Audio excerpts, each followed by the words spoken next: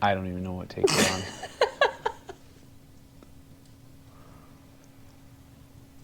Welcome to our life. So, this whole shit show started, and we've been at it for an hour now trying to figure out technology. This whole thing started because our life is a shit show sometimes, and all the time. All the time. It started because I don't know how to read a calendar apparently, and I thought that we were going to an event today. That isn't today. It's tomorrow.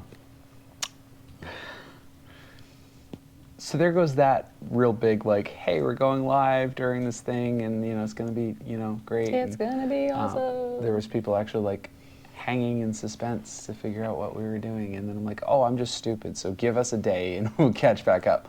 There goes any momentum or excitement or suspense that had.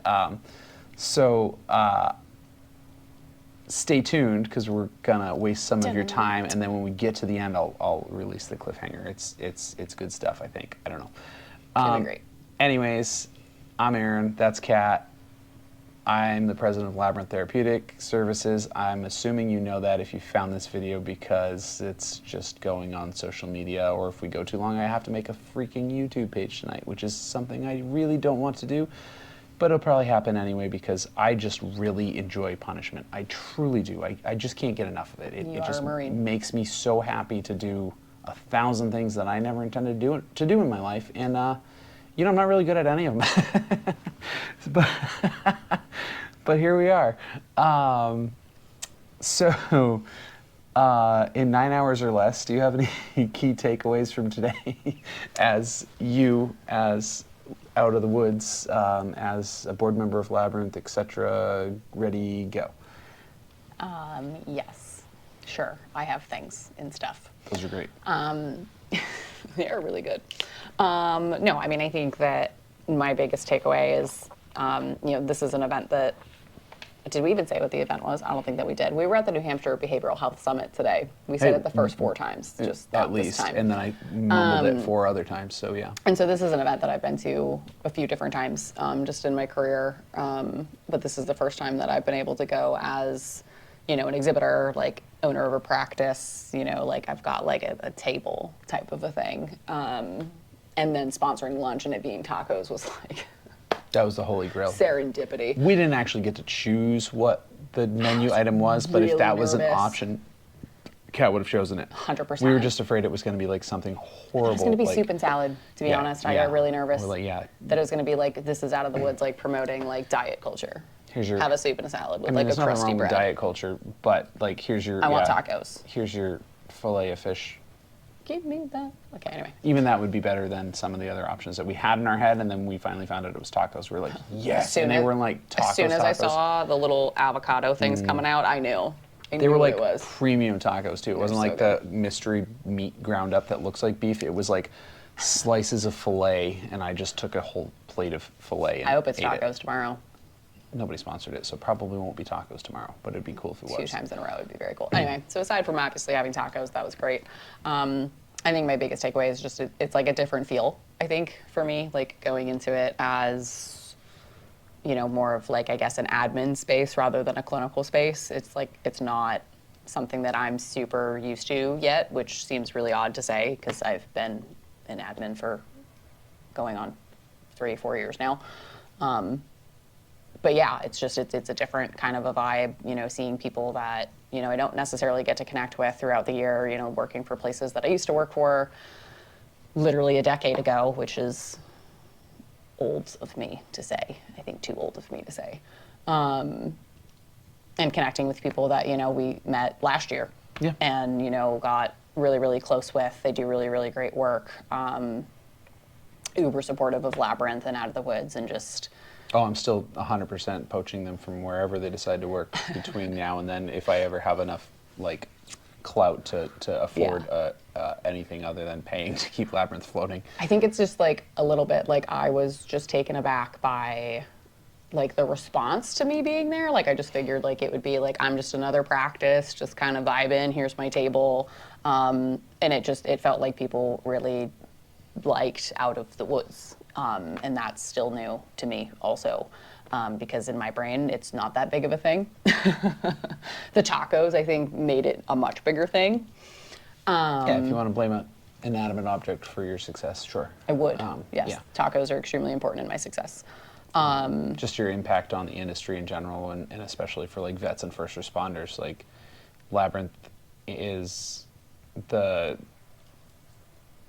peanut butter to your jelly, really. And so when I think of the gold standard of what a provider is for vets and first responders, I quite literally look at you, and that's usually my whole spiel is like, it really, really sucks that the best provider for people like me, I can't even see because I'm married to her. So there's like a weird, like, unethical or You get ethical to see me boundary every there. day. So yeah, the flip side of that coin is, You would not like maybe me I'm as the your guy messed therapist. up enough where the only person I can find that loves me and will put up with me is a therapist that deals with people like me.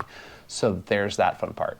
But You may be a little bit biased in this opinion. either way, she still doesn't recognize that she's doing good work and that people see her good work and believe in it because it's changing people's lives, which is so cool.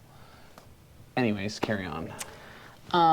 Yeah, so I mean, I think it was just, like seeing the booth and just like my people, in our little posse of hoodies. We had a horde of people there, and everybody was merched up. And then tomorrow's going to be funnier because there was a ton of merch that Kat gave out today. And so it would be even For funnier free. if we show up tomorrow and like half of the people there are No wearing way. Out of the Woods I'll die. shirts. I'll literally die. I mean, yeah, there were. If I see a single person wearing one of my shirts tomorrow, I will cease to exist. I mean, I'm pretty sure, what was it, like 50 shirts that were given out today? Yeah. Which is really, really, really awesome. I thought I was coming home with a lot of shirts. It like blew my mind. People were literally taking sizes that wouldn't even fit them Yeah, to it like was- bring them home for yeah. people, or like a bunch of people, like they went up like 2 or 3 sizes and they're like, I'll wear it as a sleep shirt. Here we are. The just- dedication to the free shirt was wild, and I think I don't even think it was just the free shirt, though, because other people had free shirts and they weren't ours or yours. And they still had shirts at the end of the day. We didn't. So there's a little claim maybe to they fame. just brought a lot more. Maybe they were more well prepared. It's entirely possible. Or they weren't Out of the Woods. One way or the other. Not trying to take away from anything anybody else is doing. No, but I think that was cool too. I think that was one of my takeaways is, like I've been in the field long enough, like I was about to say like I've made enemies. That sounds so dramatic. I haven't necessarily rubbed everybody the correct way, maybe along the way. And it was just interesting to see how that doesn't be a thing. Like I think that in this field in particular, and you've talked a lot about it with Labyrinth and the nonprofit world, like it can feel very, it's like the word, like competitive almost, right? Where it's like you're trying to like poach people from everybody, and I feel like it was really cool to be at this event and to just not see that be the case, like seeing these organizations that you wouldn't necessarily think are going to blend together or connect or kind of collaborate with each other, like really hitting it off, and honestly I feel like getting really creative about the ways that they're going to collaborate, even if it's not necessarily through that organization that they were there from, like Right. a lot of the stuff that you kind of like, a lot of the people you talked with today. So I think that was, yeah, I think honestly it was like being clinical versus admin, just very kind of surreal, I think, for me. Like, Yeah. I always will think of myself as like a clinical person, like even in one of the things, they're like, oh, like stand up if you're an administrator. And both my interns were like, that's you.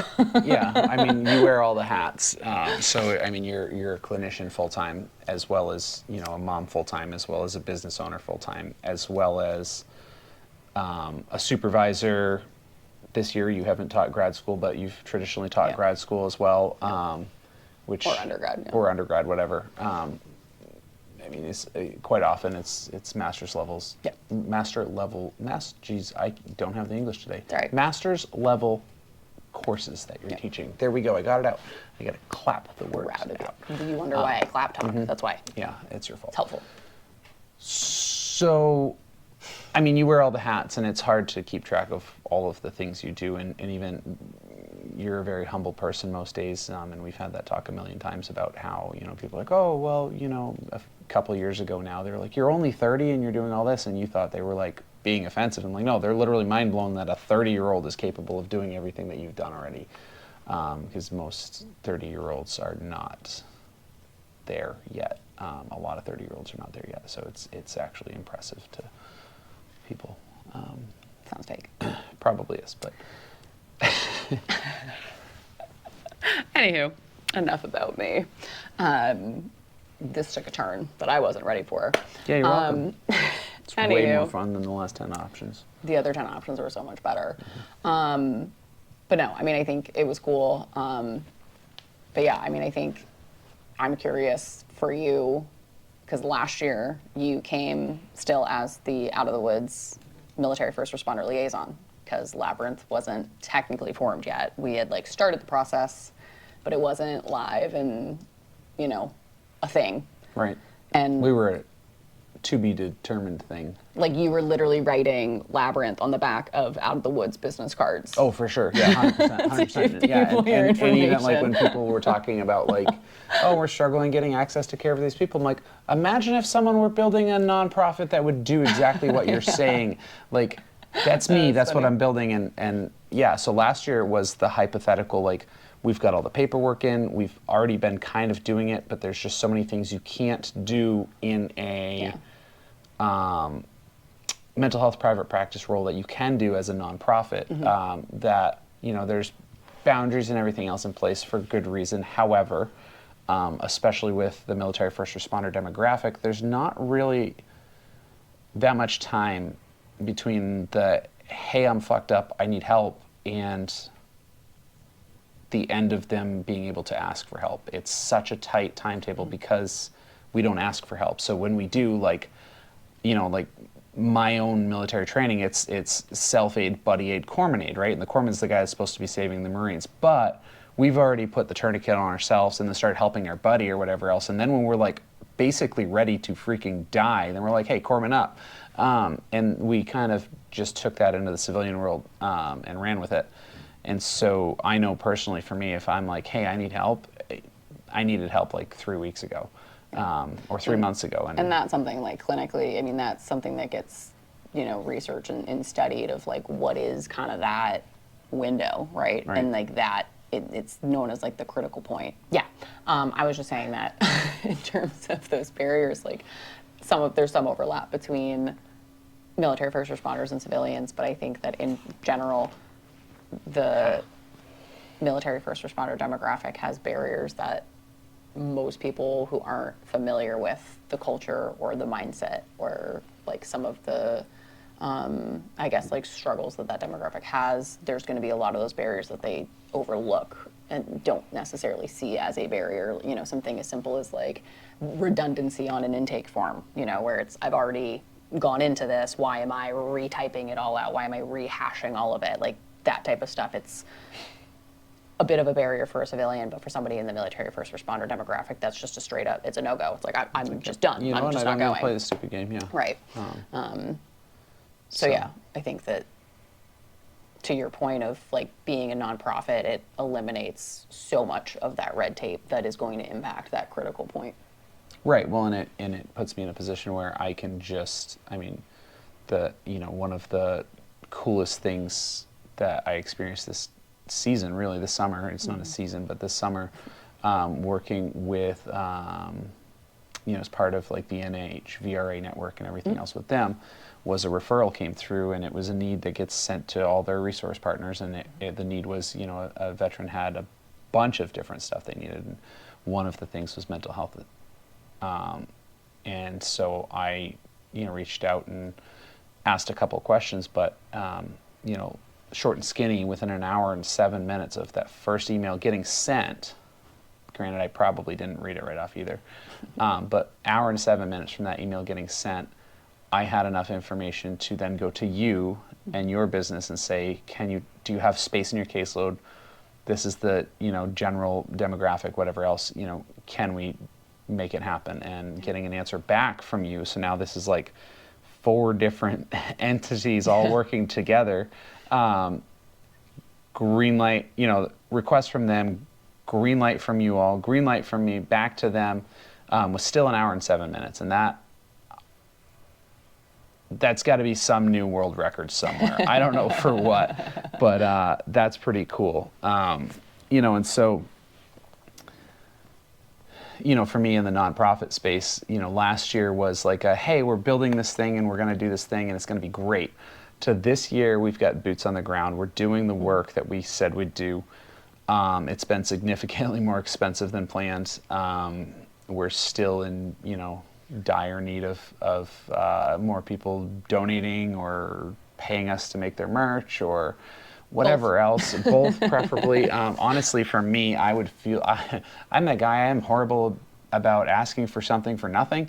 And I get that, there's a write-off and everything else involved, but I would rather, somebody ordered $10 million worth of merch for me, because then I can just, feel like I'm doing something more than what I'm already doing, which is a bunch. But, what was it like to be there this time as actual real Labyrinth?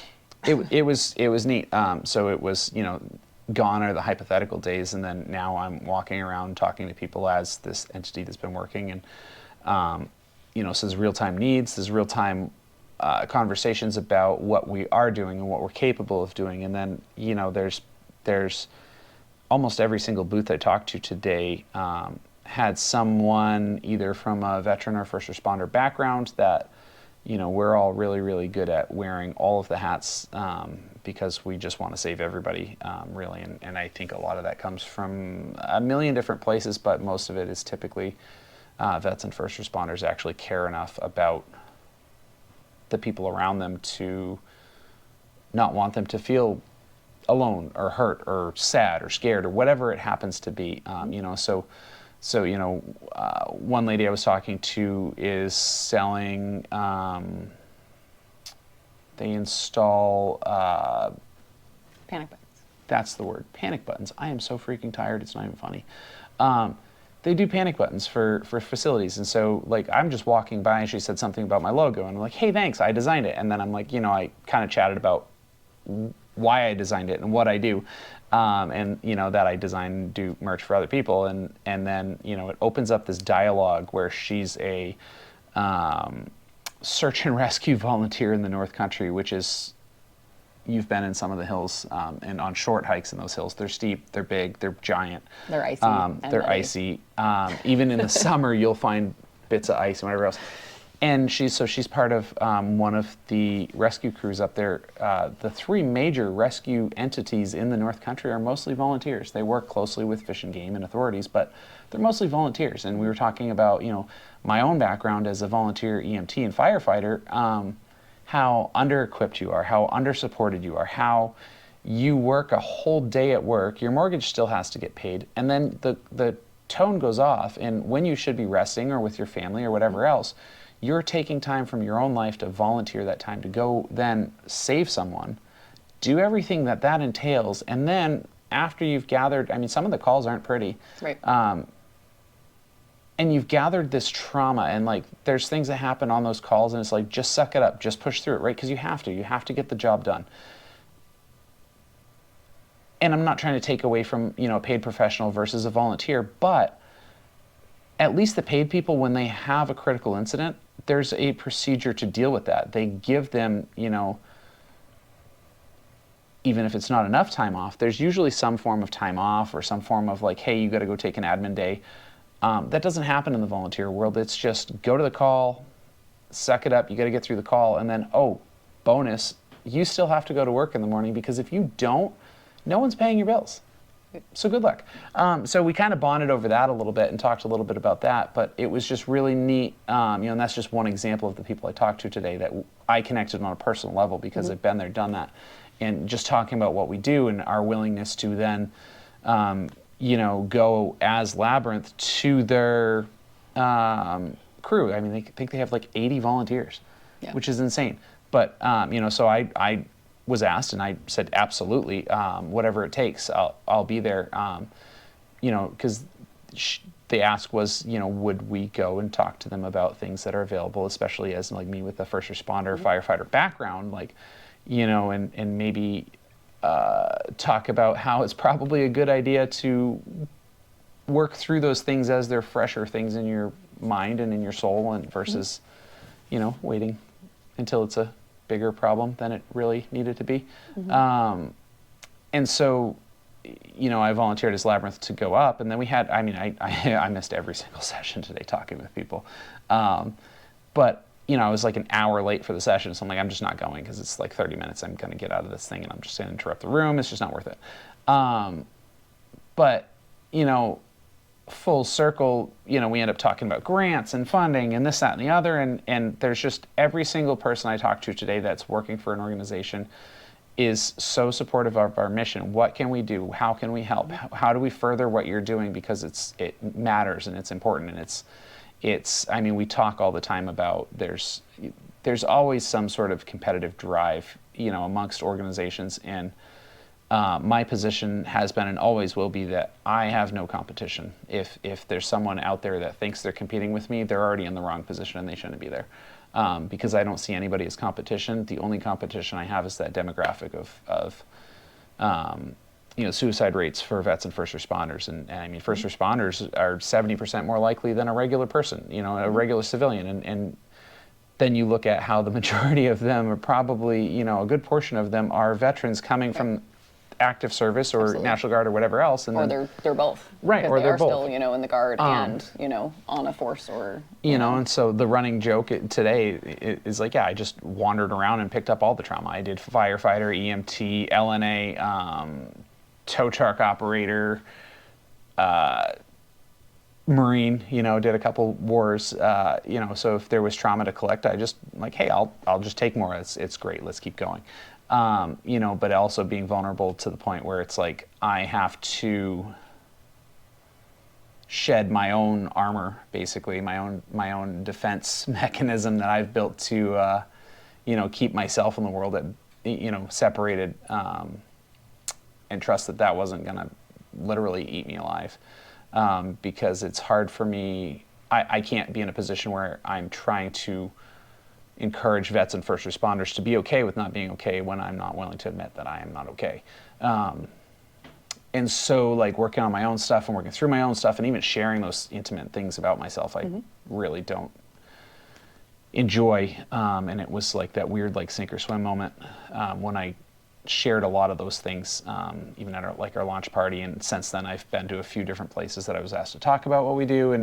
And part of when I'm talking about what Labyrinth does is I feel like, without telling people who I am and what I've been through, you know, who am I to stand in front of them and say, you know, it's okay to not be okay, until it's like, okay, so this guy is the, you know, big bad Marine grunt, and he's, you know, been here, done that a million times, and you know, the strongest guy in the group, you know, and this guy couldn't do it without getting help. So, you know, and here he is now, you know, everything taken away and his entire world's crumbled, and then, you know, found health and healing, and look where I'm at now, you know, and what I'm doing now. And, you know, I look at where I was, and yeah, everything I went through sucked, but what I'm doing now matters more in the world than what I was doing then. And so, you know, that was kind of, we was Worth trying to the find, trade-off. it wasn't worth the trade-off. And then, like, the trade-off of, like, shedding that armor, right? Like, for taking sure, that yeah. leap of, like, Yeah. I'm going to be vulnerable, I'm going to kind of share this. It wasn't like, worth the it trade-off paid of, like, the trauma that I endured no, whenever, no. you know, like, I probably should have, could have, would have found health and healing far sooner than I did, and saved my world from going to shit. But I think... But that's just is what it is. Labyrinth didn't exist, right? And I would have been saved by Labyrinth, and it wasn't there. And so now it's like, again, first responder EMT, I got the little cape on, and it's like, I'm going to go out now and make the thing that would have saved me. And it almost didn't save. There was no Labyrinth, and I almost didn't make it. And so it's like, again, not wanting other people to experience that, especially my peers, building the thing that would have saved my life. So that way they don't end up in a position where I was. You know, maybe we can catch them before they've fallen all the way down the rabbit hole, and boost them back up, and you know, give them that shoulder to lean on, or somebody to believe in them through what they're going through. And so that's been huge and powerful, but it's been really neat. You know, just today alone, experiencing how much support is out there from all of these other people that are working in the field, work with mental health, not even working with You're vets and gonna first responders. Be meeting with a lot of people for coffee. Yeah, I heard that phrase like so many times today. Yeah. Yeah. You're gonna be So if anybody nothing has but like coffee. a hookup at like at a good coffee shop, you know, like that wants to sponsor Labyrinth let him keep Chats, a booth. let me know, because you know, if you want to sponsor Labyrinth Chats, you know, I'm gonna drink all your coffee. Yeah. Yep. But yeah, it was pretty powerful being there, as you know, I still don't understand why, you know, why me necessarily versus the thousands of other even 2-8 grunts that came back from Afghanistan, right? Like, Yeah. could be any of us, and it's me. No rhyme or reason as to why it is, but it just goes right back to me volunteering to go fight the wars. It's, here I am, send me. Like, someone's got to do it. I'm going to do it, and See a need, fill a need. we're just going to do it. Just going to send it has been the motto so far, and it's worked. And I'm going to keep on sending it until I can't. But I guess in the spirit of sending it, we the Facebook Live announcement that was supposed to happen today. Should I drum roll? No.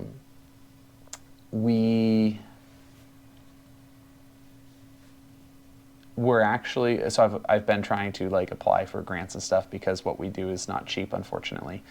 And a lot of that funding has either fallen on my shoulders to pay for, which, you know, my business has paid for as much of it as it can. A lot of it's fallen on your shoulders as your business to pay for a huge portion of it. And it just is what it is. For now, I mean, I get we're both board members, and our jobs as board members is to, you know, perpetuate the entity that we're leading. But I've been applying for grants and this, that, and the other, and I've been denied more times than I can even care to talk about. I've had people I've helped build their business from nothing that I've approached and been like, hey, I'm running a nonprofit now that I started, and I'm doing this stuff. Oh, that's great, that's wonderful. And the second you say suicide prevention for vets and first responders, I have literally had people I've helped build their business turn around and walk away from me in their store. And I can't tell you how many times, you could probably tell me a few times, that I went out to like Canvas, I guess. Canvas, yeah, and I literally came home just so discouraged that it nearly killed me a couple times. It was just like so upset that the second you say suicide prevention for vets and first responders, the instant automatic reaction is, fuck that, I'm out. And that sucks. That really, really sucks. And it sucks for so many reasons. But,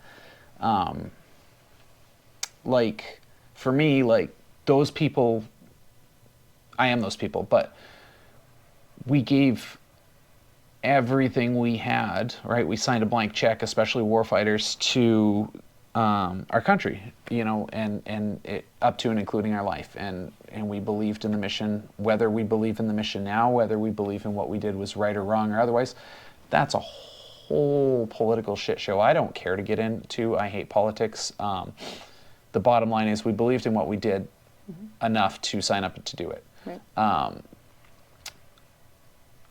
And typically a grateful nation looks and feels an awful lot like you're gonna get smacked in the face by a grateful nation. And it typically comes, you know, like, hey, thanks for your service, as they're stabbing the knife in your back. And so it just perpetuates that frustration of like, yeah, I signed the paperwork, but I didn't sign up for a lot of the moral injury kind of stuff that we endured. And so it's frustrating for me to have people, like, there's such a stigma around mental health in general, and it sucks. You know, so trying to fundraise, like, just, there's very, very, very few people that will say, yep, let's go. And the few of those people that have been just on board nonstop with us, I can't even begin to, we'll go down a whole segment of like that stuff, but there's a few people that have supported us, and it's been great. But every single grant I've applied for, I either get nothing at all, or I get a nope, we're all set.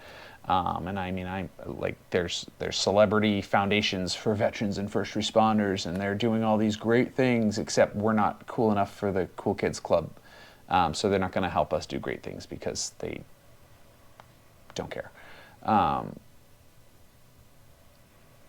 So our first grant we've ever actually been accepted for. It's not giant, it's not small. It's $2,500, and it's from Swim with a Mission, so it's their SWAM Grant. Barely got the application in before the deadline, and the only reason I even knew about it is because, again, networking at events. Yeah.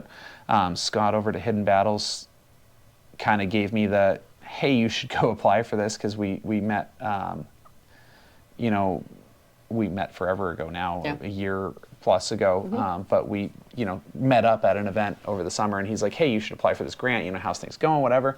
And so I applied for it, they accepted us, and I had no idea what I was going to apply for a number, because it's just asking for money. Asking for money, and it literally, so I left it as like the initial request was $7,500, and then they're like, do you have additional comments? And my additional comments were quite literally like, I don't care if it's $2, like every single dollar counts. So I will take whatever you will give me. I'm at this point begging for you to believe in me enough to give me 50 cents. And so, because I'm starting to not believe in myself at this point, right? Like, because obviously whatever we're doing is good enough for me to spend all my money on, but not good enough for anybody else to believe in what we're doing. And so they offered us a grant. Mm-hmm. In my little brain, we were getting it tonight. It's tomorrow. So they're going to fund a bunch of horse riding programs. Their grant is directly tied to our horseback riding program, which is still one of the most effective. Not effective, but one of the most popular programs we ran last year. Program. That's been our trademark program, which if you had asked me 2 years ago what we were going to do for peer programs, there was not a horse in sight. No. Here we are. Now there's horses. A lot of skydiving was the thought back then. And that's still on the list. But yeah, horses. Who knew? So our friends over at Mountain Lane Farm in Temple have been absolutely amazing this season. Again, and it might be a marine thing, I don't know. We get anxious with timelines and timetables, and we're usually never, ever, ever, ever late. We're usually early, and some of us arrive to events, 2 days early. And so... one of the veterans this summer. You're gonna do them dirty like that. Oh no, I'm not gonna do him. I'm not gonna do him dirty. He knows who he is. That was funny. Went to the horseback riding event, and I thought it was whatever. I got a call, and it's like, hey, this veteran's here, and of course I'm in the middle of doing 1,000 other things. Yep. And before I had a chance to even respond and figure out why my phone is blowing up from all of these different people that aren't connected but are connected, my friends at the farm have already sorted out the problem and taken this veteran on a ride. And mind you, this guy literally drove 2 hours? 2 hours. 2 hours he came to come to one of our events. And he showed up wicked early, because I think it starts at 8:30 or something, and your phone was ringing at 7:45. Yeah, and so that because he's been to events before, and yep. and that I love having him, but I was just literally mind blown that he's willing to travel 2 hours to participate with us, and so that's spend a day with that face. Poor dude. I'm gonna pay him to come next time or something. I don't know. But that was pretty humbling in itself. And then to have the farm literally just they took care of him. Play an audible and say, hey, let's ride. And then he still managed to get, so that was on a Tuesday. He still managed to get his Thursday off of work and came back. And that was even cooler, because he was there. It's like, hey, long time no see, and it was so cool having him there, and being able to just be like, I can't believe you guys went out of your way so much to believe in what we're doing, believe in our program, that we've all built together, but they are so passionate over there about vets and first responders as well that they dropped what they're doing and said, "Yep, we're going to do this because it matters to them," which is awesome because I have a hard time finding people that are as passionate about what we're doing as we are, and that was a pretty good show of like they're just as passionate about our mission. Yeah. And so I was pretty humbled by that. Yeah. But anyways, that program is being partially funded by the SWAM Grant, which is amazing. There'll be more to come from that. There was going to be maybe a Facebook Live of like me getting the check. I don't know if it's a big check or a little check. Who knows? There might not even be a Facebook Live. Big check would be fun. Big check would be fun. Go next to Josh's boots. It could go next to Josh's boots. Our first, and I guess that's. It wasn't a grant though. It was a donation. It's not an official grant, but our other big donor this year has been Josh's Boots, and they're absolutely amazing people down on Cape Cod, doing great work. And that was again. I think I cried for a couple days over that one too. And we've gotten a couple memorial donations this year. So we've raised a few $1,000s this year in donations. But this is like the first like official, like you gotta fill out an application and jump through 9 fiery hoops and swear on the Bible that you're going to sell your firstborn child or fulfill your oath to the contract, and like so this is like the official thing. And it's a different feel. It's a different feel just because it's like the super duper official feeling, and so it's exciting. It's nerve-wracking. But there'll be more to come on that. There's more to come in general. We got a billion things going on coming up. But wanted to share that. We're way over the time for our quick Facebook Live thing. So now that's going to be on YouTube. So subscribe. That's the thing. Everybody's like, click the like button, subscribe. What does share? Think of the videos that our oldest watches. All of the videos. Listen, I'm not a YouTuber, but now I am. So Mr. Beast, you should follow and subscribe or whatever the thing is that you do on the YouTube. Subscribe. And it's subscribe. That thing. Do the thing. I'm not a YouTuber at all. So this is going to be a time. In a former life you were. Apparently. This is like a weird, crazy... I always used to pick on all of my friends that do these things with the cameras and the lights and the stupid microphones. And here we are. We're doing it. Fireside Chats with Cats. Yeah, it's a thing. It's a thing. It's real. It happened. I'm going to do the whing, and then somewhere in there I'm going to figure out how to do the whing, and I'll be holding like the link to our Facebook page or something. That'd be cool. Probably not. It'll be in the comment section or something, because I'm not that technologically inclined. But he's going to get there. I'll do my best. This will be that first YouTube one. I'm telling you, 5 years from now, we're going to have like an official channel, and it's going to be like a thing, and then this will be like, do you remember when we were so bad at this? Look at it. I mean... Yeah, or in 5 years, that... Manifest. Sure. We're going to be YouTube famous. You will. So stick around for the adventure. Come with us on a journey. That sounded... That's so stupid. Don't do that. You should cut that out. Nope. Stay tuned for more, because this is going to be great.